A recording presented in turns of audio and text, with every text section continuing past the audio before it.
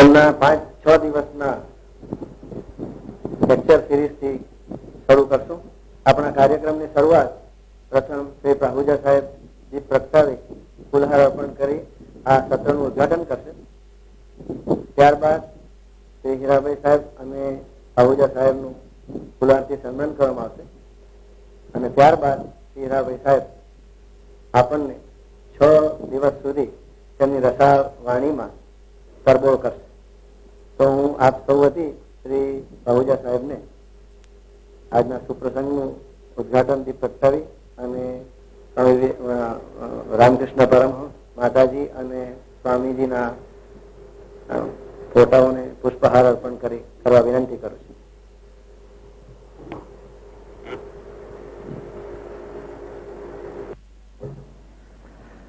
આજે આપણા આમંત્રણને માન આપીને શ્રી પાહુજા સાહેબ કામમાં વ્યસ્ત હોવા છતાં પણ આ સત્રનું ઉદઘાટન કરવા પધાર્યા એ બદલ એમનો ખૂબ ખૂબ ઋણ આભાર સ્વીકારું છું. હું શ્રી મહેતા સાહેબને મધુકર મહેતા સાહેબને પુષ્પહાર અર્પણ કરવા વિનંતી કરું છું.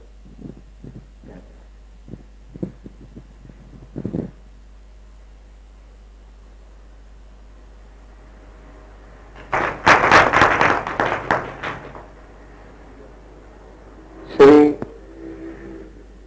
મહેતા સાહેબ શ્રી હીરાભાઈ સાહેબનું પણ આપના સૌ વતી સ્વાગત કરશે. શ્રી હીરાભાઈ સાહેબ અંગે હું આપ સૌને આમ જાણતા તો છો છતાં પણ થોડીક માહિતી આપું તો તેઓ શ્રી મહેસૂલ ખાતામાં ઘણા ઉચ્ચ હોદ્દાઓ ભોગવી અને 38 વર્ષની સેવા આપ્યા બાદ કલેક્ટર તરીકે રિટાયર થયા છે અને તેઓ શ્રી 76માં રિટાયર થયા. પોતે એક મૌલિક ચિંતક છે અને સારા એવા વક્તા છે અને આખા ગુજરાતમાં તો નહીં પણ પરદેશમાં પણ એઓ ઘણા જ પ્રખ્યાત છે.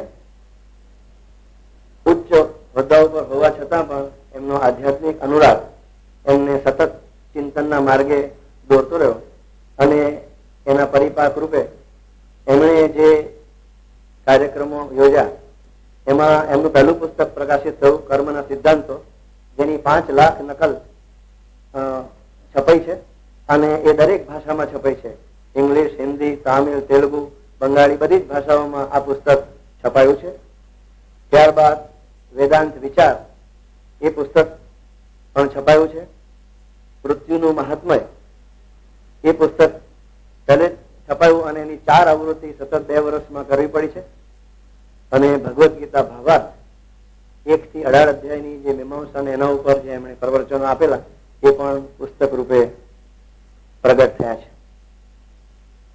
1985ની સાલથી તેઓ સતત સમગ્ર વિશ્વમાં પરિભ્રમણ કરતા રહ્યા છે અને અમેરિકામાં New York, New Jersey, Baltimore, Boston, Washington, Chicago, Los Angeles, California, Raleigh, Winston, લાસોસ, North South Carolina, Ohio, Peninsula, Miami, Florida, Alabama, ગ્રેન્ડેક, Massachusetts, Canada, Silver Spring, Georgia, Michigan, London, Birmingham, Leicester, South Africa, East Africa, Mauritius, university બધામાં જ એ એમના ચિંતનો એમને રજૂ કર્યા છે. એમની 45,000 કેસેટો, ઓડિયો અને વિડીયો કેસેટ અત્યાર સુધીમાં બહાર પડી છે. આવા મહાનુભાવ આપણે ત્યાં 75-76માં પધારેલા, ત્યારબાદ આજે ઘણા વખત પછી આપણા આમંત્રણને માન આપીને પધાર્યા છે. એ બદલ હું તેઓ શ્રીનો ખૂબ ખૂબ આપણા સૌ વતી અત્યારે જ આભાર માનું છું અને આપ સૌ વતી એમને વિનંતી કરું છું કે તેઓ શ્રી સ્થાન ગ્રહણ કરી અને આજનું જે વિષય છે નિર્ગુણ નિરાકાર સગુણ સાકાર બ્રહ્મ શ્રી કૃષ્ણ અને અવતારવાદ ઉપર પોતાનું મંતવ્ય રજૂ કરે. મને ખાતરી છે કે એમની રસાળ વાણીથી અને એમની જે તળપદી ભાષા છે એનાથી આપ બધા જ રસ્તરબોળ થશો જ. શ્રી હીરાભાઈ સાહેબ 5 મિનિટ નારાયણની ધૂન કરીએ પછી શરૂ કરીએ. શ્રીમન નારાયણ નારાયણ નારાયણ નારાયણ નારાયણ નારાયણ રાયણ શ્રીમન્નારાયણ નારાયણ નારાયણ નારાયણ નારાયણ શ્રીમન્નારાયણ નારાયણ નારાયણ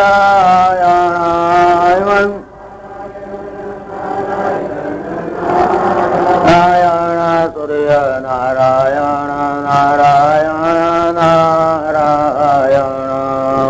નારાયણ રાયણ સૂર્ય નારાયણ નારાયણ નારાયણ નારાયણ નારાયણ સૂર્ય નારાયણ નારાયણ નારાયણ નારાયણ નારાયણ સૂર્ય નારાયણ નારાયણ નારાયણ નારાયણ નારાયણ સત્ય નારાયણ નારાયણ નારાયણ નારાયણ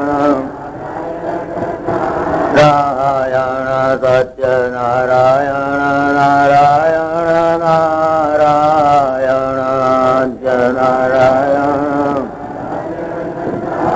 નારાયણ સત્ય નારાયણ નારાયણ નારાયણ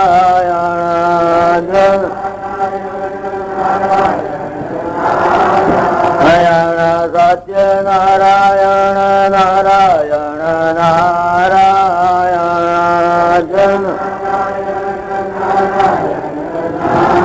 નારાયણ શ્રીમન્નારાયણ નારાયણ નારાયણ નારાયણ રાયણ શ્રીમન્નારાયણ નારાયણ નારાયણ નારાયણ રાયણ શ્રીમન્નારાયણ નારાયણ નારાયણ નારાયણ સચ્ચિદાનંદ રૂપાય વિશ્વોત્પત્યાદિ હેતવે તાપત્રય વિનાશાય શ્રી કૃષ્ણાય વયમ નમઃ વસુદેવ સુતં દેવં કંસતાણૂરમર્દનમ દેવકી પરમાનંદમ કૃષ્ણં વંદે જગદ્ગુરું કૃષ્ણં વંદે જગદ્ગુરું. જો પરમાત્માની કૃપાથી આજે હું ત્રીજી વખત અહીં આવ્યો. વચમાં એક વખત આવ્યો તો હું ગઈકાલે, પણ દ્વારકામાં ભાગવત કથા આખી હતી એટલે અહીં આવી શકાયું નહીં. પણ છતાં જે ત્રીજી વખત તમારી પાસે હું આવું છું એ હું મારું સદભાગ્ય સમજુ છું. આ ફેરનો વિષય છે તે જરા તમને અઘરો લાગશે, પણ અઘરો નથી હો, બિલકુલ અઘરો નથી. પરમાત્માનું સગુણ સાકાર સ્વરૂપ અને પરમાત્માનું નિર્ગુણ નિરાકાર સ્વરૂપ, અને એમાં જે પરમાત્માની જે થિયરી ઓફ ઇન્કાર્નેશન, જે અવતારવાદ છે, એ પ્રશ્નોની અંદર આપણા સામાન્ય માણસો ખૂબ ખૂંચાય છે, ચોખ્ખો જ થતી નથી. એ બધી વાતોને આપણે 6 દિવસની અંદર બિલકુલ ક્લિયર માઇન્ડેડ બિલકુલ આપણે સમજી લેવી છે પૂરેપૂરી રીતે, વેદાંતની પરિભાષામાં, લોજિકલી એન્ડ સાયન્ટિફિકલી, કે આમ ખરેખર રહસ્ય શું છે, ભગવાનનો અવતારવાદની શું વાત છે. 4 દિવસ પહેલા તમે જન્માષ્ટમીનો ઉત્સવ કર્યો હતો. ભગવાન જન્મ્યા હતા એમ નહીં. જન્માષ્ટમી એટલે ભગવાનનો જન્મદિવસ, શું ભગવાનની વર્ષગાંઠ કહેવાય, વર્ષગાંઠ. તો બધા વર્ષગાંઠ ઉજવવા જાય તો કોઈ પૂછતું નથી કે કેટલા બી વર્ષગાંઠ છે, એ કોઈ પૂછતું નથી. કોઈ મારો મિત્ર હોય ને મને કહે મારા દીકરાની વર્ષગાંઠ છે, તમે આવજો, તો હું જઈને પહેલો સવાલ એ પૂછું તમારો દીકરો કેટલા વર્ષનો થયો, કેટલામી વર્ષગાંઠ છે, તો પહેલું પૂછવું પડે. પણ તમે કોઈ પૂછ્યું જ નહીં કે ભગવાનની વર્ષગાંઠ તો ખરી, પણ કેટલામી, એને કેટલા વર્ષ થયા તારે. અરે કોને પૂછવું? કોઈને પૂછે કે ભાઈ તમે ભગવાનના કેટલા વર્ષ થયા, કઈ સાલમાં જન્મ્યા હતા, સાલ બાલ કઈ આવે છે એ સાલ છે? હવે કોઈ એની સાલ નથી બતાવતું. હવે કોઈ ના બતાવે તો જુદી વાત છે, કારણ બિચારા નથી જાણતા. પણ ખુદ વ્યાસ નારાયણ નથી બતાવતા. બોલો, ભાગવતમાં ક્યાંય ભગવાન શ્રી કૃષ્ણનો કઈ સાલમાં જન્મ થયો આવતું જ નથી. ખુદ વ્યાસ નારાયણ પણ કહેતા નથી કે કઈ સાલમાં ભગવાન જન્મ્યા હતા. ભાગવતમાં ક્યાંય વાંચવામાં આવ્યું? ભગવાન રામનો જન્મ થયો તો એમ અમારા વાલ્મીક મુનિ કહે છે, પણ કઈ સાલમાં? કૃષ્ણજી કહે છે કે ભગવાનનો જન્મ થયો તો કઈ સાલની વાત કરો તમે? ભગવાનની જન્મ તારીખ તો કહો. જન્મ તારીખ આમ તો કે છે કે 3 મહિનામાં જન્મ્યા હતા એમ કે છે. અને 3 મહિનામાં જન્મ્યા હતા, વદમાં જન્મ્યા હતા, આઠમ નદાર જન્મ્યા હતા, રાતે 12 વાગે જન્મ્યા હતા, હા, કંસની જેલમાં જન્મ્યા હતા, એ બધી વાતો કરે. તો કઈ સાલમાં? એમ આપણે સાલ નક્કી કરવી છે. આ 6 દિવસની અંદર વ્યાસનારાયણ ભલે ના કહી, પણ આપણે નક્કી કરવી છે કે કઈ સાલમાં જન્મ્યા હતા. આવી જાઓ, ચોખ્ખો છે. ભગવાન રામ કહે છે ભગવાનના જન્મની વાતો પાછળ જુદા જુદા જન્મ પાછા. રામ જન્મ્યા હતા તે કહે છે કે 13 મહિનામાં જન્મ્યા હતા. નહીં, હવે ભગવાનના જન્મ્યાની વાત કરો છો, પણ તમે કહો તો કે સાચું શું છે? 13 મહિનામાં જન્મ્યા હતા કે 3 મહિનામાં જન્મ્યા હતા કે વજમાં જન્મ્યા હતા, પેલા વળી સુદમાં જન્મ્યા હતા, વળી પેલા 12 વાગે બપોરે, પેલા વળી રાતે 12 વાગે, વળી પેલા રાજા દશરથના મહેલમાં, તો આ કંસની જેલમાં, વળી કોઈ વખત તો થોંભલામાંથી જન્મે એમ કે છે, થોંભલામાંથી પ્રગટ થાય. વળી પેલા કોઈ કહે છે કે સંધ્યાકાળે જન્મ્યા હતા એમ કે છે. કોઈ કહે ભાદરવા મહિનામાં જન્મ્યા હતા. વળી એક ભગવાન તો વળી એવા ભાદરવા મહિનામાં જન્મ્યા હતા. તો આમાં આ એમને જન્મનું રહસ્ય શું છે કઈ સમજણમાં આવતું નથી. અને એ જન્મ્યા હતા ત્યારે તો એ સવાલ મને તો થાય છે કે જન્મ્યા હતા, કારણ કે વેદો તો સ્પષ્ટ કે છે કે ભગવાન તો અજન્મા છે. વેદો પોતે કે છે, ઉપનિષદો કે છે કે બ્રહ્મ અજન્મા છે, પરમાત્મા અજન્મા છે. તો અજન્મા છે વેદો ખોટું કે? વેદો કે છે કે પરમાત્મા અજન્મા છે, એનો જન્મ હોઈ શકે જ નહીં. ત્યારબાદ તુલસીદાસજી કે છે, વ્યાસનારાયણ કે છે, વાલ્મીક કે છે ભગવાન જન્મ્યા હતા. તારે કઈ ખોટું બોલ્યા? વ્યાસનારાયણ કોઈ ખોટું બોલે? તુલસીદાસજી ખોટું ના બોલે. શું કરવા બોલે? શું કરવા વાલ્મીક ખોટું બોલે? તો તારે આ ખોટું બોલતા નથી, તારે કે વેદો કઈ ખોટું બોલે? વેદો તો ઓથોરિટી છે. કેમ?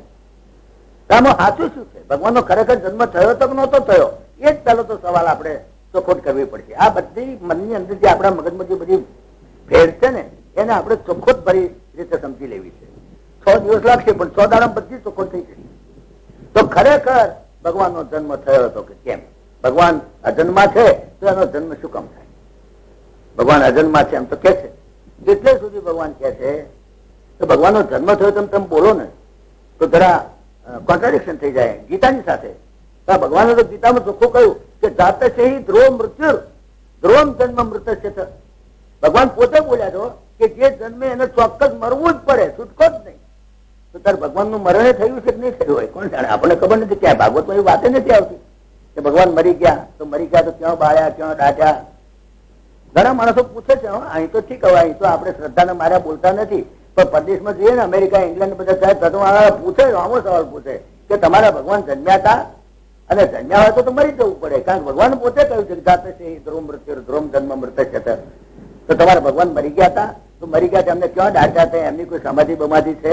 મહાત્મા ગાંધીની સમાધિ છે, રાજીવ ગાંધીની છે, પેલા કેટલા બધાની સમાધિ હતા નહીં? આપણા પ્રાઇમ મિનિસ્ટર, વાઇસ પ્રેસિડેન્ટ બધા જઈને સમાધિ ઉપર જઈને ચડી આવે તો ફૂલાનારા રોજ ટીવી ઉપર આવે. તો અમને કોઈ સમાધિ બમાધિ ખરી કે નહીં? મહાત્મા ગાંધી જ્યાં આવ્યો પરદેશી કોઈ સમાધિ. કૃષ્ણની ક્યાં સમાધિ છે? અમે ઇન્ડિયામાં આવીએ છીએ તો કૃષ્ણની કોઈ સમાધિ બતાવો. રામે ક્યાં દાદા હતા, ક્યાં બાળ્યા હતા, એનું કઈ ઠેકાણું કઈ નક્કી નથી, ખબર નથી.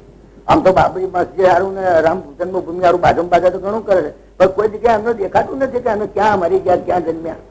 આપણે આ ચોખવટ કરવી છે. આપણે ખરેખર આ બધી વસ્તુ આપણા સમજવી છે. પહેલી વાત તો એ કે જન્મ્યા હતા કે નહીં, એ પહેલો સવાલ છે. અને જન્મ્યા તો મરણની વાત કરવી જ પડશે. અને નહીં તો કહી દો અજન્મા, બસ તો વાંધો નહીં. અજન્મા કહી દો તો આ મરણનો પ્રશ્ન ઉતરી જાય તો વાંધો નહીં. પણ જન્મ્યા હતા એવું કે છે તો હવે આમાં સાચી વાત શી ખબર પડે? મને તો ખબર નથી પડતી. આપણે તો આપણા જન્મની જ ખબર નથી. મને પોતાને હું જન્મ્યો તો એ મને ખબર નથી. આ તો મારી બાએ મને કહ્યું કે તું જન્મ્યો હતો, તાર મને ખબર પડી હું જન્મ્યો. હું જન્મ્યો તો મને શી ખબર હું જન્મું છું, હું જન્મ્યો છું? મને મારા જન્મની જ ખબર નથી. લો સાચું કહું. એ તો પછી હું જરા સમજણો થયો ને એટલે મારી બાએ મને કહ્યું કે તું જન્મ્યો હતો અમુક તારીખે. પણ પછી મને વધારે ક્યારે અનુભવ થયો? જયારે મારા છોકરા જન્મ્યા ને ત્યારે મને ખબર પડી કે હા, મારા છોકરા જન્મ્યા હતા એવી રીતે હું જન્મ્યો હોઈશ એમ. એવું એ મને મારા જન્મની જ ખબર નથી. જયારે તો પછી મારા બાપાના જન્મની જ ક્યાંથી ખબર હોય? અને મારા બાપાના જન્મ ખબર નથી, એના દાદાની મારા દાદાની ખબર મને ક્યાંથી હોય? ત્યારે મારા પરદાદાની ખબર મને ક્યાંથી હોય? ત્યારે 1000 પેઢી ઉપર મારો કોઈક દાદો તો હશે ને? એમને એમ તો નહીં હું આવી ગયો. 1000 પેઢી ઉપર કોઈક મારો દાદો તો હશે ને? તો એ જન્મ્યો હશે ને? તો એ જન્મ્યો છે તે કઈ તારીખે ક્યારે મરી ગયા શું એનું તો કઈ ખબર મને 4 પેઢીથી વધારે યાદ નથી લ્યો. પણ 1000 પેઢી ઉપર કોઈક મારા દાદા તો હશે ને? તો એના જન્મની વાત મને ક્યાં ખબર હોય? તો આ તો જગત પિતા, આ તો કૃષ્ણ ને રામ તો બધા જગત પિતા, આખા જગત નો બાપ. હવે એની વાત ને આપણને શું ખબર પડે? આ બધા વાતો કરે છે કે ભગવાન જન્મ્યા હતા, ભગવાન જન્મ્યા હતા, ભગવાન જન્મ્યા હતા. આપણે ક્યાં જન્મ્યા હતા અને કેવી રીતે જન્મ્યા ને તમે કોણ વાતો કરનાર ને તમને શું અધિકાર ને તમે શું જાણો? તમને તમારા જન્મનું ભાન નથી ને પારકાના જન્મની વાતો કરો તે દાદાની માટે આપણે આ વાતને સમજી લેવી છે. અત્યારે સમજવાની એમ કપ નહીં, વેદાંતની દ્રષ્ટિએ અને સાયન્ટિફિકલી અને લોજિકલી આપણે સમજવું છે કે ખરેખર ભગવાનનો જન્મ થયો. તો હવે કોણ કે પણ ભગવાનના જન્મની વાત કરે કોણ? ભગવાન તો કહે છે કે મારી પહેલા તો કોઈ હતું જ નહીં. બ્રહ્માને પણ એના જન્મની ખબર ના પડી. એ જે કહે છે કે ભગવાન વિષ્ણુ હતા અને કંઈક ક્ષીરસાગરમાં ઉતરેલા અને એમની ડૂંટીમાંથી કંઈક કમળ નીકળ્યું અને એમાંથી બ્રહ્મા જન્મ્યા. અને પછી બ્રહ્મા કહે હું ક્યાંથી આવી ગયો? હું ક્યાંથી આવી ગયો? આ કમળમાં ક્યાંથી આવી બેસી ગયો? મને કોને જન્મ આપ્યો? તો બ્રહ્માએ બચારો પૂછ્યો. બોલો, બ્રહ્માને પણ જન્મ આપનાર જે છે, જે અનંત કોટી બ્રહ્માંડ નો માલિક દેવ, જેની ઈચ્છા માત્રથી, જેના સંકલ્પ માત્રથી અનંત કોટી બ્રહ્માંડની ઉત્પત્તિ કરે, તેમાંથી બ્રહ્મા વિષ્ણુ મહેશ પેદા થાય અને જેની માયામાંથી મહાલક્ષ્મી મહાકાળી મહાસરસ્વતી પેદા થાય. હવે એ ભગવાન અને એ ભગવાનના જન્મની વાત કોણ કરે? કેવી રીતે કહો? હા, એમના જન્મની વાત જો તમારે જાણવી હોય તો એક ઉપાય છે, એ એમને જ પૂછો ભાઈ તમારા જન્મની વાત તમે કરો. એ કે હાથું, બાકી તો આપણને કઈ ખબર પડે નહીં. ભગવાનનો જન્મ તો એની વાત તો કોને પૂછાય? લાવ જન્મ છે એને પહેલા કહતું નહીં. ભગવાનને પૂછી જોઈએ કે ભાઈ તમે જન્મ્યા હતા એ ખરેખર તમે અજન્મા છો? આ વેદો કે છે સાચું છે? ત્યાં તુલસીદાસજી કે છે સાચું છે? ત્યાં વ્યાસનારાયણ કે છે સાચું છે? તમે ચોખવટ કરો. હવે તો બીજું કોઈ ઉપાય નથી એના માટે. ભગવાને ચોખવટ કરેલી. ગીતાને બરાબર જો સ્ટડી કરો તમે તો Gita is very clear, very very clear. તમને થોડા કોન્ટ્રાડિક્શન લાગે કારણ ગીતાની અંદર કેટલાક સ્ટેટમેન્ટ એવા છે અત્યારે કેટેગોરિકલ સ્ટેટમેન્ટ કે વિલ ફાઇન્ડ કોન્ટ્રાડિક્શન. પણ ડોન્ટ વરી, એ કોન્ટ્રાડિક્શન નથી, આપણી સમજ પેર છે. ભગવાને પોતે કહ્યું છે હું અજન્મા છું, એ વાત ખરી છે. ભગવાન પોતે પણ કબૂલ કરે છે કે વેદો કે છે વાત સાચી છે, હું ખરેખર અજન્મા છું. પણ મારી વાત તમે સાંભળો, ભગવાને પોતે કરેલી વાત કહું છું, મારા ઘરની વાત મને કઈ ખબર નથી. આ ભગવાનની વાત તમારા આગળ કરું છું, સાચી ખોટી તો તમારે નક્કી કરવાનું. ભગવાને પોતે કહ્યું અજોપી સન અવ્યાત્મા આપી સન ભૂતાનામ ઈશ્વરોપી સન, હું અજન્મા જ છું. અજોપી સન અવ્યાત્મા ભૂતાનામ ઈશ્વરોપી સન, હું અજન્મા છું, અવ્યાત્મા. મારું શરીર અવ્યય છે કે વ્યય થાય નહીં, મરે નહીં, ખૂટે નહીં, ઓછું ઓછું થાય નહીં. અજોપી સન અવ્યાત્મા ભૂતાનામ ઈશ્વરોપી સન, પ્રાણી માત્ર નો ઈશ્વર છું તથા પ્રકૃતિ સ્વામ અભિષ્ટાય સંભવામી આત્મમાયા. હું મારી માયાનો અંશો ઓઢી અને કેટલી વખત આ દુનિયાના પ્લેટફોર્મ પર આવું છું મારી મરજીમાં વધારે. મારી માયાનો અંશો ઓઢી લઉં અને એકદમ જેમ કોઈ નાટ્યકાર, જેમ કોઈ નટ, જેમ કોઈ સ્ટેજ ઉપર આવી જાય એવી રીતે આ દુનિયાના પ્લેટફોર્મ ઉપર મારી મરજીમાં વધારે હું આવી જાઉં છું મારી માયાનો અંશો ઓઢી. અજોપી સન નવ્યાત્મા ભૂતાનામ ઈશ્વરોપી સન પ્રકૃતિ સામથી સ્થાય સંભવામી. હું સંભવામી, હું જન્મ્યો છું, હું બોલ્યો જ નથી ગીતામાં. તમે ખોટા તો નહીં પડ્યા છો, હું બોલ્યો જ નથી કે હું જન્મ્યો છું. જન્મ છે જ નહીં મારો. સંભવામી, હું પ્રગટ છું. પરમાત્માના જન્મને જન્મ કહેવાય જ નહીં. એ તો આપણે જન્મ્યા એટલે એમને માની બેઠા કે આપણે એમના જેવા જન્મ્યા નહીં. ભગવાને પોતે કહ્યું છે અજોપી સન અવ્યાત્મા ભૂતાનામ ઈશ્વરોપી સન પ્રકૃતિ સ્વામથી સ્થાય. મારી પ્રકૃતિ, મારી માયા, મારી મહાશક્તિ, મારી માયા, મારી મહાશક્તિના એના જે ગુણ, એના જે સત્વગુણ રજોગુણ તમોગુણ સ્વીકાર કરી અને કેટલી વખત મારી મરજીમાં અવતારે સ્વતંત્ર છું. મારી મરજીમાં અવતાર હું આ દુનિયાના પ્લેટફોર્મ પર આવું છું, મારું કામ પતાવું છું, નાટક કરું છું, લીલા કરી પછી ઉતાવતો થઈ જાઉં છું. મને કોઈ રોકનાર નથી, બિલકુલ સ્વતંત્ર છું. તો ભાઈ તમારે જન્મ લેવાનું કારણ શું છે? તમારે જન્મ લેવાની જરૂર છે કારણ કે અનંત કોટી બ્રહ્માંડ જેની ઈચ્છા માત્રથી સંકલ્પ માત્રથી પેદા કરી શકે છે, અનંત કોટી બ્રહ્માંડની વ્યવસ્થિત પરિસ્થિતિ જે કરી શકે છે, અને અનંત કોટી બ્રહ્માંડનો નાશ પણ જે પોતાની ઈચ્છા માત્રથી કરી શકે, સંકલ્પ માત્રથી કરી શકે, એની માયા, એના હુકમથી અઘટિત ઘટના પટીથી માયા ઈચ્છા માત્રથી અનંત કોટી બ્રહ્માંડનો લય કરી શકે, એ પરમાત્માને અહીં આગળ આ પૃથ્વી ઉપર આવીને ધક્કા ખાવાની જરૂર છે ભાઈ? શું કરવા આવવું પડે? ઘણા માણસો એમ કે છે કે ભગવાનને જન્મ લેવો પડ્યો કારણ કે રાવણને મારવા આવ્યા હતા, ને ભગવાનને જન્મ લેવો પડે કંસને મારવા આવ્યા હતા, પેલા કયા હિરણ્યકશ્યપુને મારવા આવ્યા હતા, એટલે બધાને મારવા આવ્યું ભગવાન ધક્કા ખાતા છે? ત્યારે મારા આખી દુનિયાનો જે લય કરી શકે ઈચ્છા માત્રથી, સંકલ્પ માત્રથી, તે આ જીવડાને મારવા તમે જુઓ લંકા ક્યાં આવ્યું, તમે જુઓ આખી દુનિયાનો નકશો જુઓ તો ઇન્ડિયા ક્યાં આવ્યો, અને ઇન્ડિયામાં જે ટપકું પેલું લંકાનું, અને એમાં એક આ 10 માસનું જીવડું, અને એને મારવા હારવા અનંત કોટી બ્રહ્માંડનો માલિક દેવ આવે ધક્કા ખાવા. શું કરવા ભાઈ ભગવાનને ધક્કો ખાવો પડે? આ કંસને મારવા મથુરામાં એક આડો કંસ જેવડો કંસને મારવા હારું ધક્કા ખાવા પડે? શું કરવા પરમાત્મા ધક્કા ખાવા પડે? જેની ઈચ્છા માત્રથી અનંત કોટી બ્રહ્માંડનો લય કરી શકે નહીં, તો એને ધક્કા ખાય છે. હા, કઈ ખાસ મુદ્દાનું કામ હોય ભગવાન કે છે, કદાચ યદાય અદાય ધર્મ છે, તમે ગીતામાં વાંચ્યું હોય કદાચ, યદાય અદાય ધર્મ છે ગ્લાનિર્ભવતિ, કે અભ્યુત્થાન અધર્મ છે, એવું કઈક થાય, ગડબડ સડબડ થઈ જાય તો તે તો હું નથી આવતો. તદા આત્માનું શુદ્ધા મારા જે પાર્ષદો હોય ને બીજા મારા માણસો હોય ને પાછા એમને હું મોકલી આપું. તદા આત્માનું શુદ્ધા મને એમ લાગે કે આ કઈક થોડી ગડબડ જેવું છે દુનિયાની અંદર તો હું મોકલું. દાખલા તરીકે હવે આ માનો કે લોકો બહુ હિંસા કરવા માંડ્યા, યજ્ઞો બહુ કરવા માંડ્યા, પશુ હિંસા બહુ થવા માંડી, એટલે મેં બુદ્ધને કહ્યું કે તમે જાઓ અહિંસાનો પ્રચાર કરો, આ લોકો બહુ તોફાન કરી બેઠા છે, અને આ વેદોની અંદર તો યજ્ઞનું પ્રયોજન કર્યું છે મેં, પણ હવે યજ્ઞની અંદર આ તો હિંસા કરવા માંડી પડ્યા, માટે જાઓ જઈને જરા અહિંસાનો પ્રચાર કરો અને બધા લોકોને સમજાવો કે આવી રીતે હિંસા ન થાય. એટલે મેં બુદ્ધને મોકલ્યા, હું જાતે ના આવું, હવે આવા કામમાં તો મારે જાતે આવવાનું હોય કે, એટલે મેં બુદ્ધને મોકલ્યા. તો બુદ્ધ આવ્યા અને બુદ્ધે બધા હિંસાનો પ્રચાર કર્યો ભાઈ. પણ એને બુદ્ધે વળી વધારે ડાપણ વાપર્યું. એને શું કર્યું કે એને યજ્ઞ બંધ કરાવવા માંડ્યો એકદમ. એટલે ભાઈ તને એવું કોણે કહ્યું તું યજ્ઞ બંધ કરવાનું? તો યજ્ઞ જ બંધ કરવા માંડી પડ્યો. મને થયું કે આ બુદ્ધ ઊંધું માર્યું, એટલે મેં પાછા શંકરાચાર્યને મોકલ્યા કે ભાઈ તમે જાઓ, આ બુદ્ધ તો ઊંધું માર્યું. એટલે શંકરાચાર્ય આયા, બુદ્ધ ધર્મના મોયન હાથો થઈ પણ ઉખાડીને ફેંકી દે, તિબેટના ચાઇનામાં જઈને પડ્યા તો ઉતર્યો પછી બુદ્ધ ધર્મ. એ તો સારું તો જવાહરલાલ નહેરુ વળી પાછા દલાઈ લામાને પાછા લાયા તારે, નહીં તો બાકી બુદ્ધ ધર્મના મોયા અહીંથી ઉખાડીને ફેંકી દે ક્યાં? તિબેટના ચાઇનામાં જઈને શંકરાચાર્ય. એટલે આવું કેટલી બધી ગડબડ થાય ત્યારે હું મોકલું. હવે દાખલા ક્ષત્રિયો બહુ બેસી ગયા હતા, પરશુરામને કહ્યું જાઓ ભાઈ તમે જઈને બધાને સીધા કરી દો. બધા પરશુરામ બહુ બરાબર ક્ષત્રિયો બેસી ગયા છે. વળી કેટલી વખત કઈ એવું કઈક થઈ ગયું કે ભાઈ સાંખ્ય શું જ્ઞાન શું ખબર નહીં, કપિલને મોકલ્યા, ભાઈ જાઓ કપિલ જાઓ ત્યાં સાંખ્ય શાસ્ત્રનો પ્રચાર કરો.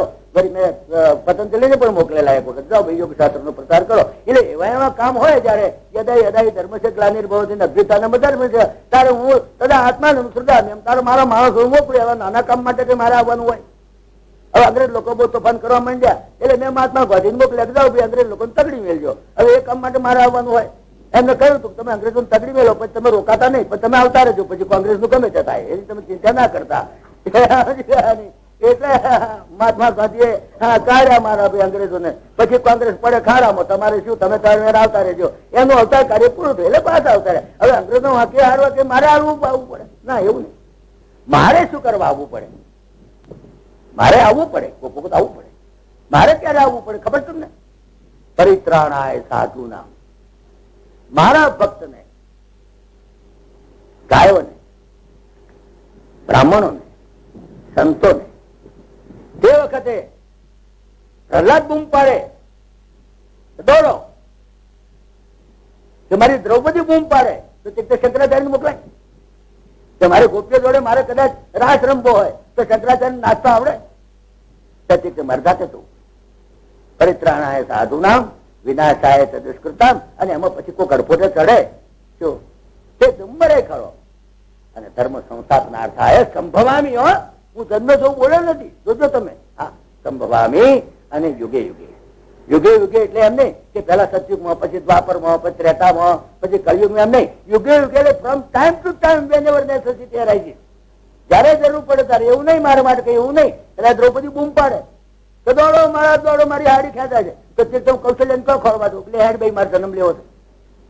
તો તે તું દેવકી ક્યાં ખોળવા દો ખેડ ભાઈ મારે જન્મ લેવો છે મુશ્કેલી થઈ જાય તે તું જોવા દે 4 મહિનો છે 13 મહિનો છે તે તું જોવા દે બપોરના 12 વાગ્યા છે રાતના 12 વાગ્યા છે કે કંસની જેલ છે કે દશરથની મહેલ છે એ કે જોવા દે ભાઈ તે મારે આવું હવે પ્રહલાદે બૂમ પાડી લોકો હવે પ્રહલાદ એક બૂમ પાડી મહારાજ પેલો હરામખોર પેલો હિરણાકશ્યપુ ધમકાવે એના છોકરા બાળક ક્યાં તારો ભગવાન ક્યાં તારો ભગવાન બધા તારો ભગવાન બધા તારો ભગવાન અને કેટલો માર્યો બિચારા હવે એને બૂમ પાડી પેલો કે બતાય તારો ભગવાન ક્યાં છે ક્યાં થઈ ગયો છે દેખાતો કેમ નથી અત્યારે બધા ઘણા કહેનારા એવા હોય છે કે તારો ભગવાન ક્યાં છે દેખાતો નથી ને અત્યારે એને કહે છે તું તો મરી ગયો પણ એના વંશજો જીવ છે તું શું રાવણ મરી ગયો પણ એના વંશજો જીવ છે કંસ મરી ગયો પણ એના વંશજો તો અત્યારે ઇન્ડિયામાં છે અત્યારે અહીંયા અમેરિકા હોય છે બધે છે તો એના કશું પેલા ધમકાવે તારો ભગવાન ક્યાં છે તારો ભગવાન ક્યાં બતાય કે તારો ભગવાન બધે છે મારો ભગવાન બધે છે તારો ભગવાન બધે છે કા આ સભામ છે કા આ થોંભલામ છે હોય છે થોંભલામાં છે હવે મારો ભક્ત બોલી ગયો અરે ભૂલથી બોલ્યો કે ગમે તેમ બોલ્યો પણ મારો ભક્ત બોલી ગયો કે મારો ભગવાન થોંભલામાં છે અને તે વખતે હું થોંભલામાંથી ના પ્રગટ થઉં તો મારા ભક્તનું આબરૂના કોકરા થઈ જાય મારા ભક્તની આબરૂના કોકરા થઈ જાય તો મારે ઝેર ખાવું પડે તો તે વખતે મારે થોંભલામાં જ પ્રગટ થવું પડે તે હું ક્યાં કૌશલ્યાને ખોળવા દઉં તે કેવું ક્યાં દેવકીને ખોળવા દઉં એટલે હેડ ભાઈ 13 મહિનો છે કે 4 મહિનો છે હે તો તે વખતે મારે કઈ યોનીની જરૂર નહીં કે મારે સ્ત્રી હોય તો એનાથી જન્મ લઉં અરે હું તો થોંભલામાં જ પ્રગટ થઉં શું એટલે મારે કોઈ બંધન છે તમારી માફક તમે જન્મની વાતો કરો છો તમે જન્મ લો છો હું ક્યાં જન્મ લઉં છું હું તો પ્રગટ જ થઉં છું તમને એવું લાગે અને એટલા માટે તમે જુઓ ભાગવતની અંદર વ્યાસનારાયણ ચોખ્ખા શબ્દોમાં એ વાત લખી છે નૃસિંહ અવતારની અંદર કે નૃસિંહ જન્મ શું કરા લીધો હિરણ્યકશ્યપુને મારવા નહીં એ કારણ બતાવ્યું નથી વ્યાસનારાયણ કારણ નથી બતાવ્યું એ 2 જ કારણ બતાવ્યા છે વ્યાસનારાયણ ભગવાન ઋષિના જન્મના કારણે ભાગવત ઉઘાડીને વાંચો પોતાના નસીબદાર હો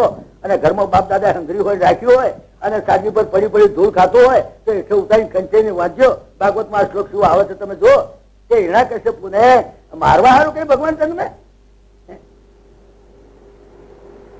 હું પૂજા કરવા બેઠો માળા ફેરવતો અને માળિયામાંથી ખોખું ગબડે કોક મોટું તો હું ઉભો ના થઉં રમલાન બો એ રમલા દોડ દોડ દોડ પેલું ખોખું ગબડ્યું એક તો હું જાતે ઉભો ના થઉં પણ એ જગ્યાએ મારું છોકરું 6 મહિનાનું ગબડે તો માળા ઉછેરી દઉં અને તરત દોટ મેલું નહીં એક તો રમલાન બોલાવો એમ ઓર્ડિનરી કામ હોય ત્યારે તો એ બધા મોકલું છું પણ આવું જયારે કામ હોય ત્યારે મારો પ્રહલાદ મારો ભક્ત જયારે બૂમ પાડે અને મારા ભક્તની આબરૂનો સવાલ એને ઉભો રહ્યો મારા ભક્તે કહ્યું કે આ થોંભલામાં મારો ભગવાન છે અને તે વખતે જો થોંભલામાંથી ના નીકળું તો મારા ભક્તની આબરૂ જાય ને તો મારે ઝેર ખાવું પડે સમજ્યા એટલે મારે જાતે આવવું પડે અને એટલા માટે વ્યાસનારાયણે ભાગવતની અંદર સ્પષ્ટતા કરી છે તમે ઉઘાડીને શ્લોક વાંચ્યો સત્યં વેદાતુમ નિજભૃત્ય ભાષિતમ વ્યાપ્તિમ ચ ભૂતેષુ અખિલેષુ ચાત્મનઃ અદ્રેશ તત્યદ્ભુત રૂપમુદ્વહં સ્તંભે સભાયામ ન મૃગમ ન માનુષમ સ્પષ્ટ વાત લખી નાખી વ્યાસનારાયણ એમણે કહ્યું સત્યમ વિધાતુમ નિજભૃત્ય ભાષિતમ પોતાના ભક્તનું વચન સત્ય કરવા સત્યમ વિધાતુમ નિજભૃત્ય ભાષિતમ પોતાના ભક્તનું વચન મારો ભક્ત જૂઠો ના પડવો જોઈએ બસ સત્યમ વિધાતુમ નિજભૃત્ય ભાષિતમ અને બીજું કારણ વ્યાપ્તિમ ચ ભૂતેષુ અખિલેષુ ચાત્મનઃ હું સમગ્ર વિશ્વમાં વ્યાપ્ત છું એ વાત સાબિત કરવા these are the only 2 reasons why I have come out from the pillar. These are the only 2 reasons, not to kill that Hiranyakashipu rascal. No. એમને મારવા તો મારા માટે સહેલી વાત છે એ તો મારા ડાબા હાથનો ખેલ છે આખા અનંત કોટી બ્રહ્માંડનો ઊંધો કરી નાખું દારૂ પણ નહીં આ 2 જ કારણ વ્યાસનારાયણે બતાવ્યા સત્યં વેદાતુમ નિજભૃત્ય ભાષિતમ વ્યાપ્તિમ ચ ભૂતેષુ અખિલેષુ ચાત્મનઃ અદ્રેશ તત્યદ્ભુત રૂપમુદ્વહં અતિ અદભુત રૂપમુદ્વહં અદૃશ્યત એકદમ પ્રગટ થયા અંદરથી અદભુત રૂપ અદ્રેશ તત્યદ્ભુત રૂપમુદ્વહં સ્તંભે સભાયામ ન મૃગમ ન માનુષમ સ્તંભમાંથી પ્રગટ થયા સાબિત કરવા કે સભામાં પણ હું છું સ્તંભમાં પણ હું છું ન તો મનુષ્ય ન તો પશુ કારણ કે હું સ્તંભોમાં પણ હું છું સભામાં પણ હું છું મનુષ્યમાં પણ હું છું પશુમાં પણ હું છું સમગ્ર વિશ્વની અંદર વ્યાપ્ત છું આ વાતને સાબિત કરવા માટે કરીને પરમાત્માએ તબલામાંથી પ્રગટ થયા નહીં હિરણ્યકશ્યપુને મારવા રાવણને મારવા કંસને મારવાનો એમનો ધંધો છે એમને મારવા તો કેટલી વાર અને એ મારે નહીં પરમાત્મા એટલો દયાળુ છે, કોઈને મારે નહીં, કોઈ મારે. અને જેને માર્યા હશે એનું કલ્યાણ કર્યું. પરમાત્માએ જેને માર્યા, કારણ કે એના ક્રોધમાં પણ કરુણા છે, એના મારમાં પણ પ્યાર છે. એ આપણે કહેવાય છે કે માર્યા છે. તમે જો રાવણને માર્યો તો રાવણનું કલ્યાણ કર્યું, કંસને માર્યો તો કંસનું કલ્યાણ કર્યું, પૂતનાને મારી પૂતનાનું કલ્યાણ કર્યું છે. નહીં કર્યું છે કે નહીં? કૃપાળુ છે, દયાળુ છે. એ મારવા આવે, મારવા માટે છે જ નહીં, એને કોઈને માર્યા જ નથી, તાર્યા છે. પરમાત્માના મારમાં પણ પ્યાર છે, પરમાત્માના ક્રોધમાં પણ કરુણા છે. આ વાતને ઊંધી રીતે મૂકી છે કે રાવણને મારવા આવ્યા ને કંસને માર નહીં. It's a wrong understanding, it's a wrong understanding. પરમાત્માના માટે એલિગેશન એવું ના કરાય કે પરમાત્મા કોઈને મારવા. તમે જો પૂતના એને ઝેર પાવાય છે, તમે જાણો છો? બાબતો સાંભળ્યું છે કે નહીં? આ નથી કેતા, સાંભળવા નહીં, હા પાડવી પડે. જાણતા હો તો હા પાડવા, નહીં તો ના પાડો, કઈ વાંધો નહીં. આપણે એવું નથી ભાગવત કેમ નથી વાંચ્યું, આપણે કઈ ઓછું છે. તમે એક વાત સમજો, આ કથા નથી. જો પહેલી વાત તમને કહું, આ હું જે કરું છું ને એ કથા ના કહેવાય. કથા તો કોણ મહાત્માઓ કરે, સાધુ મહાત્મા. હું કોઈ સાધુ નથી, મહાત્મા નથી, સંત નથી, કઈ વાલ્યો નથી, ફકીર નથી, પેગમ્બર નથી, દિગંબર નથી, મારે કોઈ દાઢી નથી, મારે કોઈ ચોટલી નથી. તે મહાત્માઓ કઈ પાટલું બેઠા છે? હું તમારા જેવો અને એક હું શિક્ષક છું, ભાગવત શીખવાડ. એટલા માટે તમે બધું આ બ્લેકબોર્ડ ઉપર આ બધું શીખવાડવાનું છે. અહીં બધું આવશે, બધા ડાયાગ્રામ આવશે, તમને સમજણ પાડીશું. This is the class. This is not katha. This is the class. It is a for orientation training course. This is orientation training course. તમને વિષયને અભિમુખ કરવા માટેનો એક આ પ્રયાસ. એટલે આને તમે કથા બધા નહીં સમજતા હો. હા, એટલે તમને કદાચ કોઈ વસ્તુ ના પાડવો હોય તો પાડી શકો. અને તમને પ્રશ્ન હોય તો તમારે પૂછવાના. તમારે પ્રશ્ન પૂરવાની શું છે? કથામાં તો ના બોલાય. કથા ચાલતી હોય ને તો જે બાપજી બોલે હા જ કરવું પડે. આ બાપજી, આ બાપજી, આ બાપજી. તો અહીં કોઈ બાપજી નથી. અહીં તો તમને કદાચ શંકા પડે તો you can put me questions also. You are at liberty to put me questions. ખરું ને? સવાલ પૂછવાની છૂટ. એટલે આ ક્લાસ, એટલે તમને સવાલ પૂછવાની છૂટ છે. તમારે જયારે પણ એમ થાય તો સવાલ તમારે પૂછવો. સમજ્યા? કદાચ તમને સવાલ પૂછવામાં થોડો સંકોચ થાય. સંકોચ અમે ગઈ વખતે તમને કહ્યું કે સવાલ you have to participate in this talk. You have not to sit quietly. નહીં, યુ હેવ ટુ પાર્ટિસિપેટ. એટલે તમને સમજણ ના પડે તો સવાલ પૂછવાનો. અને બીજી વાત, કદાચ તમને સવાલ પૂછવામાં સંકોચ થાય, અગર પૂછતા ના ફાવે, ઘણા ના ફાવે, તો હું સુધારી દઈશ. તમારો પ્રશ્ન શું છે સમજીને હું કહીશ, શોધાઈ આપીશ. છતાંય તમને સંકોચ થાય, સભાક્ષોપ થાય, ઘણા સભાક્ષોપ થાય હો કે જે પૂછવા ઉભા થયા છે કે હમ તક ચાની કહીને આટલું નથી સમજતા એમ. એવું તમારા મનમાં નહીં લાવવાનું, કારણ કે ક્લાસ. અને છતાંય તમને સભાક્ષોપ થાય તો તમારે એક કામ કરવું. આજે જે લેક્ચર ચાલી ગયું ને એના જે પ્રશ્નો થાય એ કિચીમ લખી નાખવા. અને આવતીકાલે મારું બીજું પ્રવચન શરૂ થાય તે પહેલા હું એને એ મારા બીજા પ્રવચનમાં હું એને વણી લઈશ. એમ નામ નહીં લઉં તમારું, પણ વણી લઈશ. એટલે જેને પ્રશ્ન પૂછ્યો છે એને ખબર પડી જશે કે મારા પ્રશ્નો જવાબ આવી ગયો. બરાબર? પ્રશ્ન તો તમને થશે, કારણ કે થોડાક પૂછવાડા વાળું એટલે પ્રશ્ન થશે. છતાંય તમને કદાચ કોઈ પ્રશ્ન જ ન થાય તો હું સમજી લઈશ કે કાં તો તમે બધું સમજી ગયા છો, કાં તો તમે કશું સમજ્યા જ નથી. તો મને એમ લાગે કે તમે આ બે કારણ હોય તો તમે પ્રશ્ન નહીં પૂછવાના. કાં તો તમે બધું સમજી જશો તો સારું, બહુ સારું. કાં તો કશું સમજ્યા જ નથી. ઘણા માણસો ઘણી જગ્યાએ જવું ને તે કશું સમજ જ નહીં, બેઠા હોય આમ. મેં કહ્યું તમે બહેણામાં આવ્યા છો, કથામાં આવ્યા છો કે બહેણામાં આવ્યા છો? જાણે મોં પર કોઈ ભાવ જ નહીં. હું તો આંખે હાથ પરોઈને તમે બરાબર એટેન્ટિવ રહેજો. કારણ કે એક લેક્ચર તમે ગુમાવો, કેટલી બધી વસ્તુ તમે ગુમાવો. સમજે ને? ઘણા તો કથામાં, આ તો મારા અનુભવથી કહું છું, ઘણા તો ઊંઘ જ ઊંઘ જ ઘેર સુઈ જાવ ને.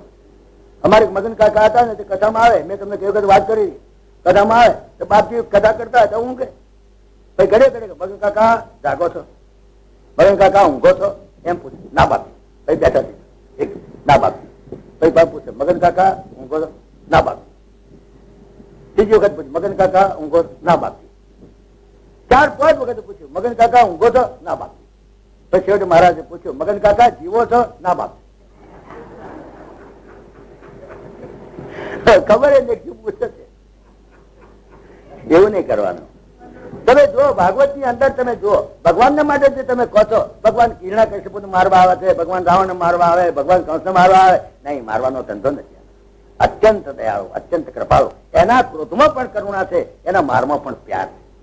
એને કંસને માર્યો, કંસનું કલ્યાણ કર્યું. એને રાવણને માર્યો, રાવણનું કલ્યાણ કર્યું. નહીં, એને હિરણ્યકશ્યપુને માર્યો, હિરણ્યકશ્યપુનું કલ્યાણ કર્યું. એને પૂતનાને મારી પૂતનાનું કલ્યાણ કરીશું. બોલો, નહીં તો પૂતના તો ઝેર પાવા આવી હતી, તન ઉપર ઝેર ચોપડી આવી હતી. પણ છતાં વ્યાસ નારાયણે શું વાત લખી છે ભાગવતમાં તમે જુઓ. અહો બકીયમ કિલ કાલકૂટમ જિગાંસયાપાય જદપ્ય સાધ્વી લેભે ગતિમ તાત્રચિતમ તતોન્યો કો આ દયાલમ શરણમ વ્રજેમ. વ્યાસ નારાયણ ભાગવતની એક વ્યાસ નારાયણની કલમ, સંસ્કૃત ભાષા, એટલી પવિત્ર ભાષા, અને શું સુંદર વાત એને લખી. અહો બકી એમનું બકી હતું. બકી બકાસુરની બેન. બકાસુ એ પછી એ તો હારાઈ ને પછી એનું નામ પૂતના પડ્યું હતું. પિયરમાં એનું નામ બકી હતું. હોકે ઘણી સ્ત્રીઓનું નામ પિયરમાં જુદું હોય ને હારી બદલાઈ જાય છે ને, એવું હતું. આ બકાસુની બેન થતી હતી બકી, એટલે નામ બકી. અમારે તો અમદાવાદમાં બકી બેન છે એક બે, અને અહીં ચેક ની ખબર નથી મને, આપણે અમારે છીએ બકી. તો અહીં વ્યાસ લખે છે અહો બકીયમ કિલ કાલકૂટમ. કાલકૂટ જ્યાં ચોપડી આવેલી, બોલો, આમ અડતા ત્યાં મરી જાય એવું. અહો બકીયમ કિલ કાલકૂટમ અને જિગાંસયા પાય. જિગાંસયા પાય મારી નાખવા એને પાઈ દીધું. જિગાંસયા અપાય દદપ્ય સાધ્વી. અસાધ્વી હતી, લુચ્ચીબાઈ હતી, પણ છતાંય તમે જુઓ લેભે ગતિમ દાતૃચિતમ તતોન્યમ. પરમાત્મા એને ગતિ કઈ આપી? દાતૃચિતમ. મારી માને જે ગતિ થાય એ ગતિ મારે આપવી પડે, કારણ કે એને મને ધવડાયો. એને મને ધવડાયેલો એનો દીકરો બની ગયો, એ મારી માં બની ગઈ. એક વખત એના સ્તનને હડ્યો એટલે એનો દીકરો થઈ ગયો. એના સ્તનને મેં પયપાન કર્યું, હું મારી માં બની ગઈ. તો જે ગતિ કૌશલ્યાને આપું, જે ગતિ દેવકીને આપું, જે ગતિ હું જશોદાને આપું, એ જ ગતિ આને મળવી જોઈએ, કારણ કે મારી માં બની ગઈ. મારા મેં એને સ્તનને હડ્યો, મેં એનું પયપાન કર્યું, એ ગતિ. લેભે ગતિમ તત્રચિતા તતોન્ય કોવા દયાલુમ શરણમ વ્રજેમ. બોલો, આથી વધારે કોઈ દયાળુ છે દુનિયામાં કે જેને શરણે તમે જાઓ છો? આ વ્યાસ નારાયણ પૂછે છે. દયા છે, કૃપાનો સાગર છે, કરુણાનો સાગર. એટલે એ વાત તમારે કરવી જ નહીં કે મારવા, પણ મારા ભક્તને માટે હું આવું છું. હું કંસને મારવા નથી આવતો, હું રાવણને કેમને મારવા નથી આવતો. પણ જયારે મારો ભક્ત બૂમ પાડે, પ્રહલાદે બૂમ પાડી, તો મારે તે જોવાનું નહીં કે મારો ચૈતર મહિનો છે, શ્રાવણ મહિનો છે, કે અરે હું સ્વતંત્ર છું. આ તો ઠીક, પણ દ્રૌપદીએ બૂમ પાડી. બોલો, દ્રૌપદીએ બૂમ પાડી એટલે કેવી બૂમ પાડી? હવે એને તો બિચારીને ભર સભામાં સાડી ખેંચાતી. વિચાર કરો, આ દુર્યોધન જેવા અને શકુની જેવા, જો કે એના વંશજો અત્યારે છે, નથી એમ નહીં, એ તો મોં મરી ગયા, પણ એના વંશજો આજે પણ છે કે આજે સ્ત્રીઓની લાજ લૂંટાય. તમે વિચાર કરો. પણ એ વખત તો એની લાજ લૂંટાતી હતી. તે ત્યારે બૂમ પાડી. તે ભગવાન એવું નહીં પરમાત્માને કે એકલું માણસનું જ રૂપ લઈને આવે, એકલા રામ ને કૃષ્ણ થઈને આવે, એવું નહીં. એ તો કાચબો થાય, કોઈ મોટલો થાય, કોઈ ભૂંડ પણ થાય. ભાઈ જો, તો માણસ પણ નહીં, પશુ પણ નહીં, ચોપલામાંથી પ્રગટ થયા હતો. એમને કે it is not binding to him that he should take particular form. He is formless. He is totally formless, નિરાકાર. But કેટલી વખત he takes the form according to the requirement. According to the time and requirement, he takes the form. અને એ tech કયું form લીધું? એટલું નહીં કે animate ઓર ઇનએનિમેટ object, whatever. તો તે પોતે સાડી બની ગયા. બોલો, કહો, પરમાત્મા પોતે સાડી બની ગયા. સાડી બની જઈ અને દ્રૌપદીને વીંટાઈ ગયા. વીંટાઈ ગયા. ઠીક છે, ખરું પૂછા તો રજસવાળા હતી દ્રૌપદી, ઠીક છે, રજસવાળા હતી. છતાં પણ એના શરીરે વીંટળી ગયા, અને એટલી હદ સુધી વીંટળી ગયા. પેલો શકુની પછી હાડીઓ ખેંચ ખેંચ કરે. એમ કહે છે કે 999 કઈ ગાડીઓ નહીં. કેટલી હતી મને ખબર, હું તો તેદાર નહોતો. આ તો વાત સાંભળેલી છે, આપણે શું ખબર, હું તો તેદાર હતો જ નહીં, એટલે આપણે કઈ બરાબર યાદ નહીં. પણ ચોપડીમાં એવું લખ્યું છે કે 999 કે છે ગાડીઓ કઈક નીકળી હતી. ખરું? અરે ખેંચ કરતો હશે, ખેંચ. પછી એના બાવડા દુખી ગયા છે બજારાના. પણ જો એના બાવડા ના દુખી ગયા હોત અને હજુ ખેંચી હોત તો 999 નહીં, 9999 નીકળત. બોલો, ક્યાં ખોટ હતી? પરમાત્મા પોતે સાડી બની ગયા. અને સાડી પણ કઈ કંપનીનો માલ ખબર તમને? ઉપર સિક્કો નહીં મારેલા, કેલિકોની કે રિલાયન્સ ની કે વિમલ ની હાડી, ફોરેન ની હાડી, કઈ બ્રહ્માની સૃષ્ટિનો માલ જ નહીં. It was not manufactured in the company of Brahma. આ તો બ્રહ્માનો દાદો શું, બ્રહ્માની કંપનીનો માલ જ નહીં. એટલે એની પર સિક્કો નહીં મારેલો. પેલો મારો બધો વિચાર કરી શકું કે આ ફોરેન નો માલ લાગે છે, આ તો ફોરેન ની હાડી. અને તમારા ફોરેનની હાડીઓ તમે ગાભા જેવી હોય તો એની ક્રેઝ છે અત્યારે તો. હા, ફોરેન અમેરિકા જઈએ એટલે હાડીઓ લેતા આવજો, હાડીઓ લેતા આવજો. હાડીઓની બહુ ક્રેઝ. અને ફોરેનની હાડી કોઈની વાપરવા ના અપાય, કે પાડોશી ના અપાય. 99 હાડીઓ નીકળી, ઉપર સિક્કો હતો જ નહીં, કોઈ સિક્કો હતો. સિક્કો આ તો તમને ખાનગી કહું છું, સિક્કો હતો. પણ કયો સિક્કો હતો ખબર છે? એક સિક્કો મારેલો. પણ પેલા વાંદરા છોકરા ખરા ને એટલે એમને વંચાયું નહીં.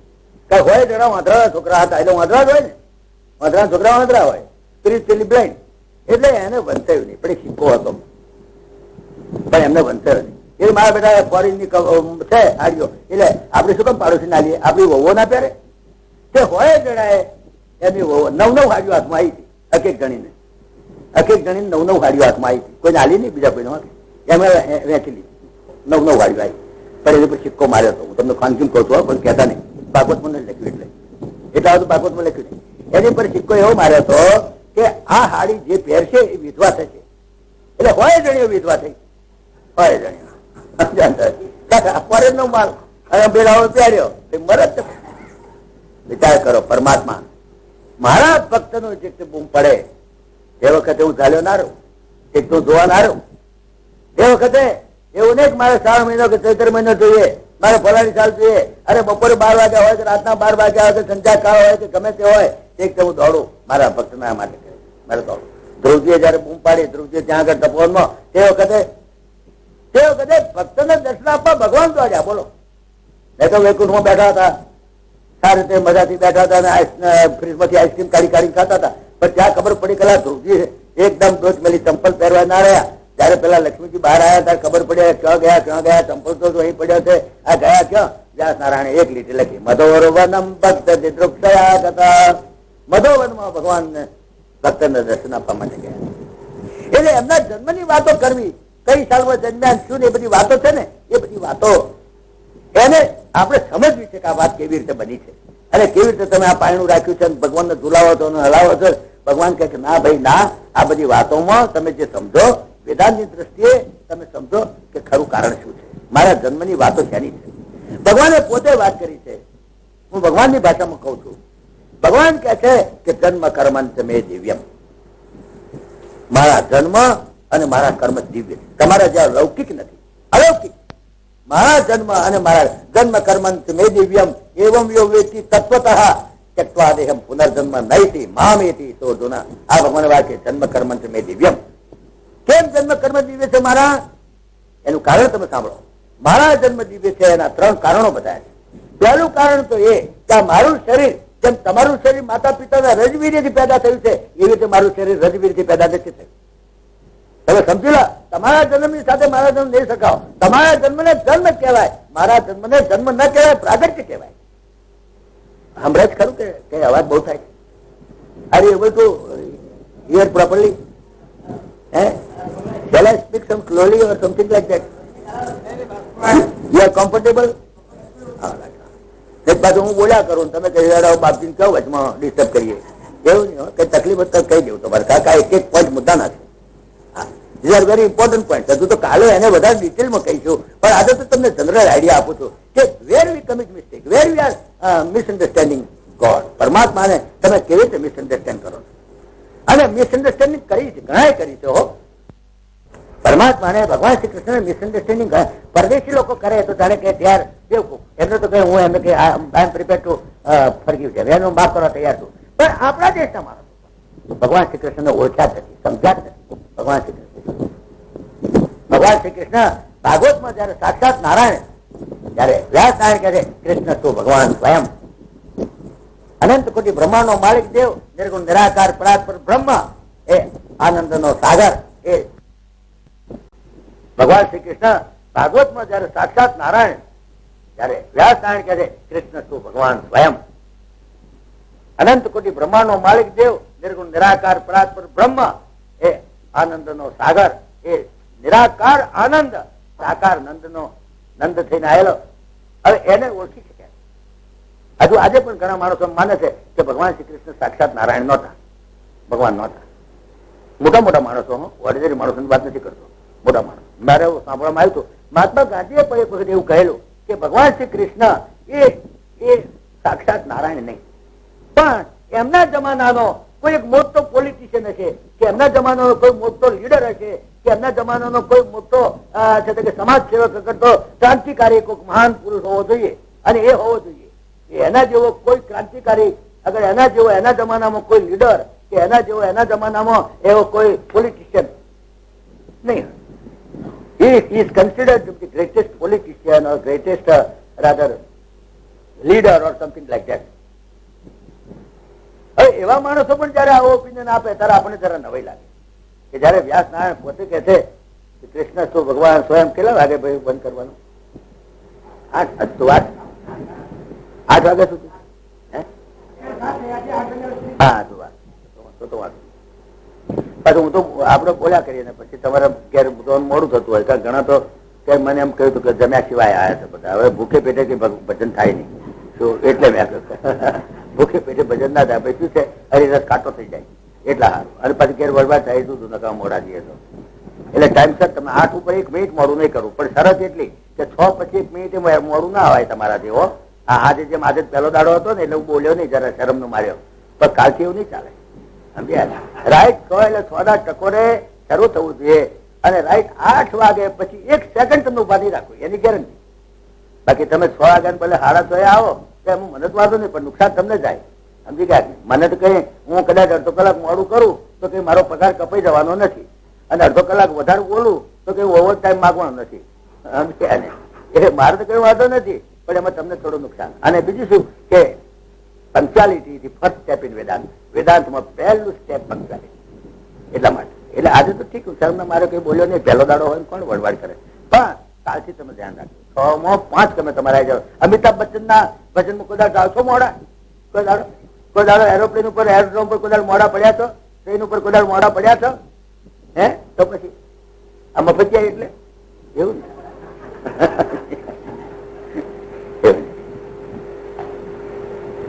વિચાર કરો, મુદ્દાની વાત ઉપર આપણે આવીએ કે ભગવાન પોતે કે છે કે જન્મ કર્મ તમે દિવ્યમ. મારા જન્મ અને મારા કર્મ તમારે જે અલૌકિક નથી. અલૌકિક કેમ અલૌકિક છે? પહેલું કારણ એમ કે આપણો જે દેહ છે, આપણો જે જન્મ થાય છે એ માતા પિતાના રજવીર્યથી પેદા થાય છે. મા બાપ જે અનાજ ખાય છે એનું વીર્ય બને, રજવીર્ય બને. એ માના વૂંબની અંદર એકઠું થાય. પછી માં જે અનાજ ખાય એનાથી પાલન પોષણ થઈ અને વૂંબની અંદર બાળક ડેવલપ થાય. અને પછી જન્મ્યા પછી પણ એ દાળ ભાત શાક ખાઈને મોટું થાય. એટલે આ આખું બોડી એને અન્નમય કોષ કહે છે. કારણ કે આ દાળ ભાત શાક નો લોચો જ છે. આ ફક્ત દાળ ભાત શાક નો લોચો સમજી લે ને આખો. જયારે પરમાત્માનું સ્વરૂપ એ નથી. પરમાત્માનો દેહ એ માતા પિતાના રજવીરીથી પેદા થયેલો નથી. એ કૌશલ્યા અને દશરથના રજવીરીથી પેદા નથી. એ દેવકી અને વસુદેવજીના રજવીરથી પેદા નથી. મારો દેહ એ અન્નમય કોષ નથી. હું જન્મ્યો છું તે નથી, પણ પ્રગટ થયો છું. માને એવું લાગે, માને એવો ભાસ થાય કે જાણે કે મને પ્રસવ થયો, પણ ખરેખર મારો પ્રસવ નથી થયો. હું ચતુર્ભુજ સ્વરૂપે પ્રગટ થયો છું. હું તમારી માફક માના ગર્ભમાં 9 મહિના ઊંધે મસ્તકે લટક્યો નથી. તમે ને હું એ તો 9 મહિના માતાના ગર્ભમાં ઊંધે મસ્તકે લટક્યા અને પછી જન્મ થયો છે આપણો. ત્યારે પરમાત્મા એવી રીતે કૌશલ્યાના આગળ દેવકીના પેટમાં 9 મહિના ઊંધે મસ્તકે લટકી નથી જન્મ થયા. એ તો પ્રગટ થયા કંસની જેલમાં ગણો કે દશરથના મહેલમાં, પણ ચતુર્ભુજ સ્વરૂપે શંખ ચક્ર ગદા પદ્મ ધારણ કરીને લુગડા પહેરીને. કોઈ છોકરું લુગડા પહેરીને જન્મ્યું સાંભળ્યું તમે? કોઈનું છોકરું લુગડા પહેરીને જન્મ્યું એવું તમારે સાંભળવામાં આવ્યું છે? તમે પોતે છે.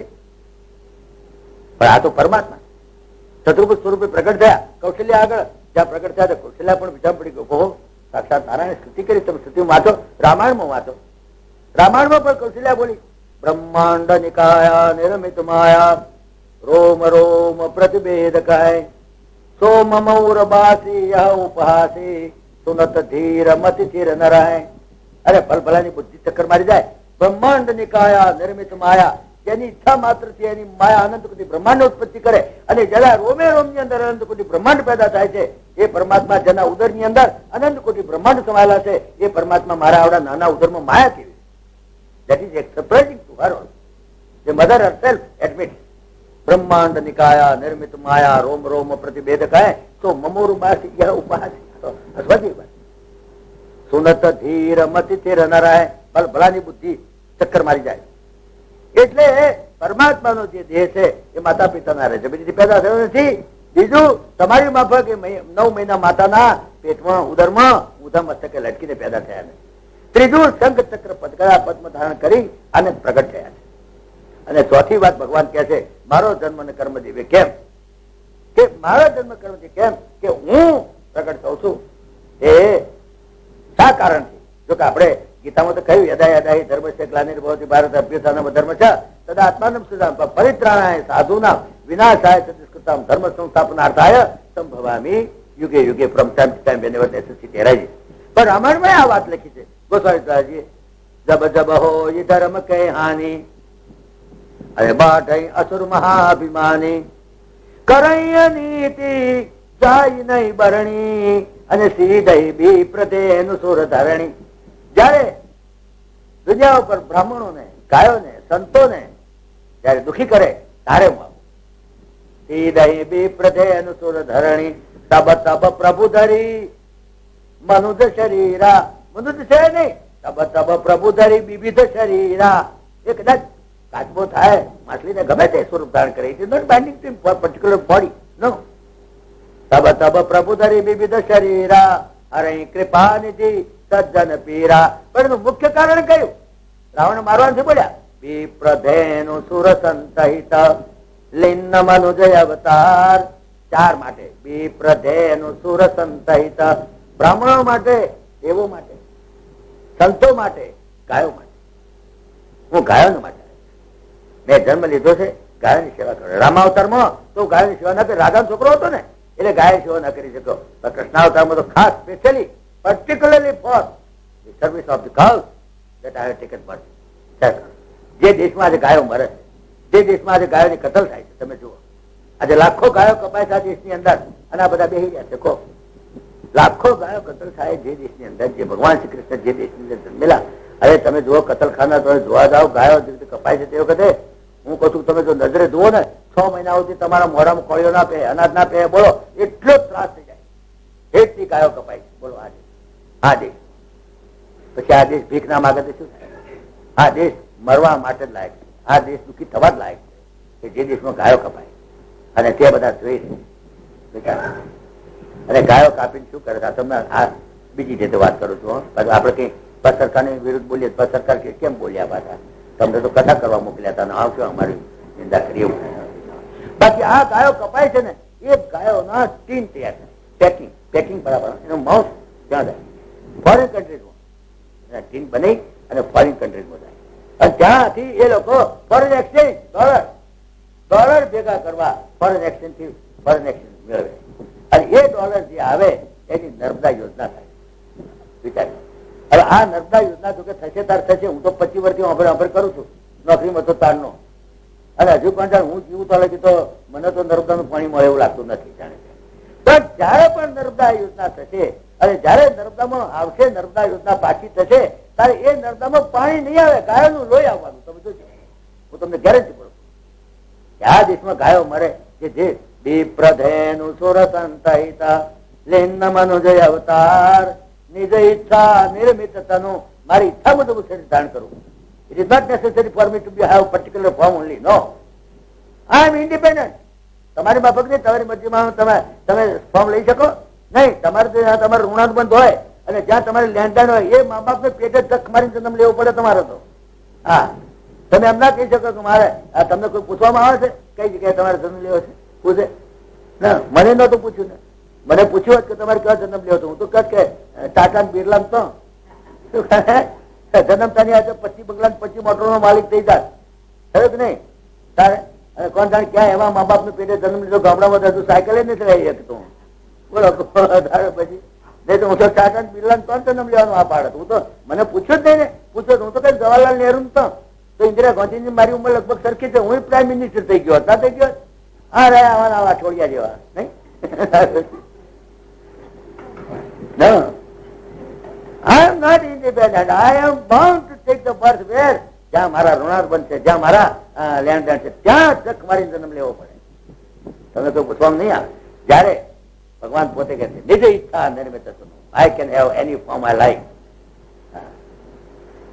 વિપ્રદેનુ સુર સંતહિત લિન્ન મનુજય અવતાર નિજ ઈચ્છા નિર્મિત તનો માયા ગુણ ગોપાર. માયાથી પર, માયાના ગુણો સત્વગુણ રજોગુણ તેથી પર, અને ગો એટલે ઇન્દ્રિયોથી પર. ઇન્દ્રિયાતીત, ગુણાતીત, માયાતીત તે પરમાત્મા બિલકુલ નિરાકાર એ સગુણ સાકાર સ્વરૂપ ધારણ કરેલા આવે છે. તો ભગવાને જન્મ લેવાનું કારણ, મારા જન્મ અને કર્મ દિવ્ય છે નું કારણ આ ચોથું કારણ કે હું મારી ઈચ્છા મુજબ દેહ ધારણ કરી શકું. પાંચમું કારણ બતાવે છે મારે કોઈ પ્રારબ્ધ નથી કે જે ભોગવવા મારે આવવું પડે. મારી પાસે કોઈ પ્રાપ્ત નથી. તમારે તો તમારા પ્રાપ્ત ભોગવવા જ પડે.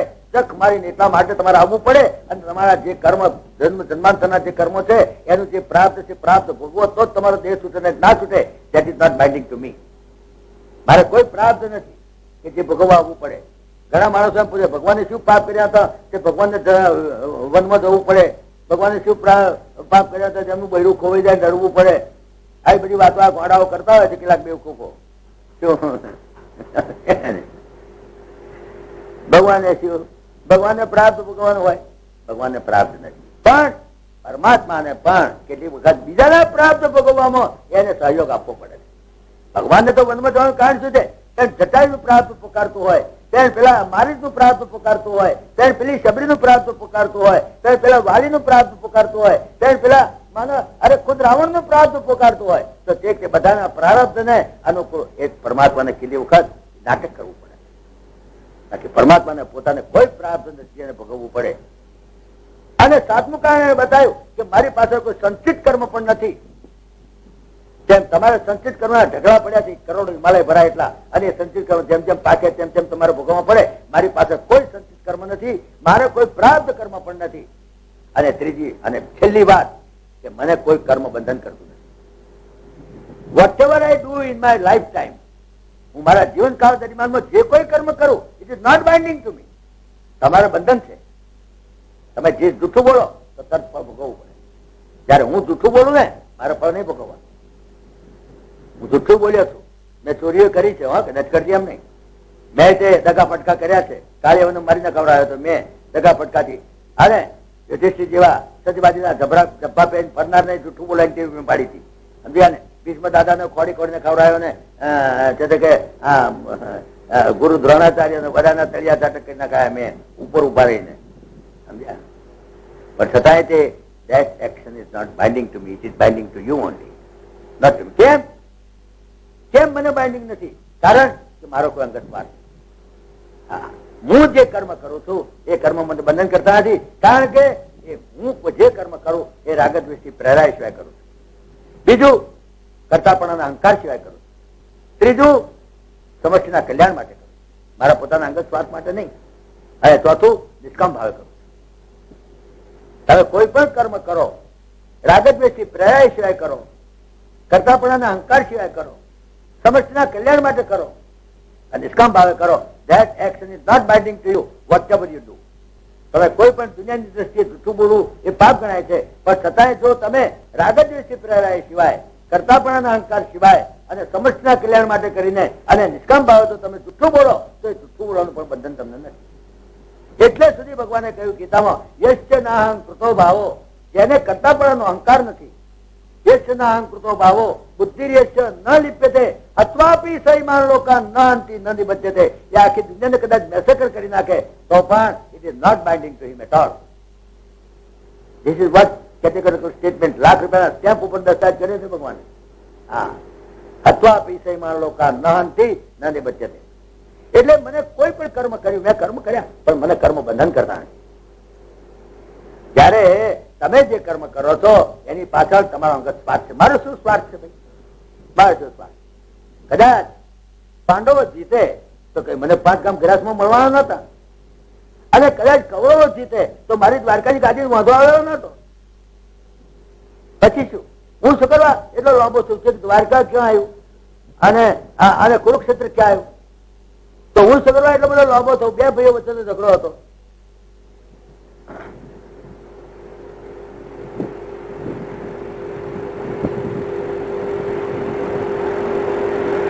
ભાઈઓ વચ્ચેનો ઝઘડો હતો. મારે તો એમાં કઈ લેવા દેવા હતી નહીં. હું સગવડ એટલો લાંબો થયો, એના કદાચ દ્વારકામાં ફ્રીજમાંથી આઈસ્ક્રીમ કાઢી નાખો વગર ફોનનો લાંબો થયો. પણ નહીં, જયારે ધર્મ યુદ્ધ થતું હોય